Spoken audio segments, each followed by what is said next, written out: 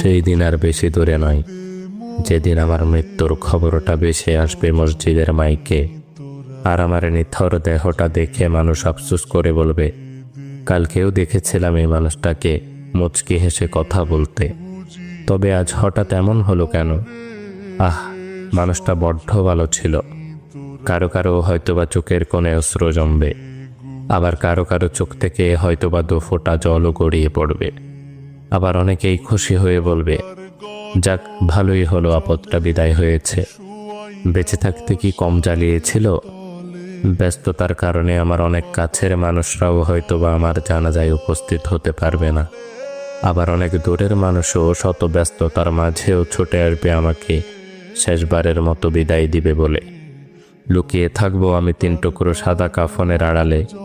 কেউ কেউ ছুটে আসবে আমাকে শেষবারের মতো একটুখানি দেখবে বলে।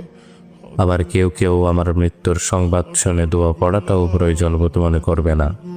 সেই দিন আমার পাশে থাকা ছোট্টকাল থেকে আমায় আদর যত্নে বড় করে তোলা প্রিয় মানুষগুলো বলবে, লাশ বেশি সময় ধরে ঘরে রাখতে নেই, তাড়াতাড়ি নিয়ে চলো।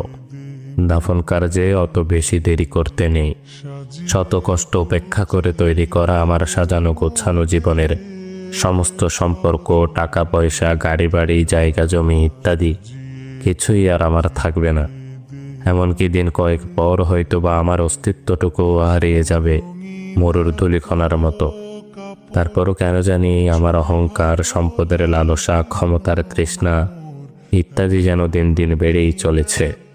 একদিন আমার মৃত্যু হবে, আর সব কিছুই ছেড়ে চলে যেতে হবে সেই অন্ধকার কবরে।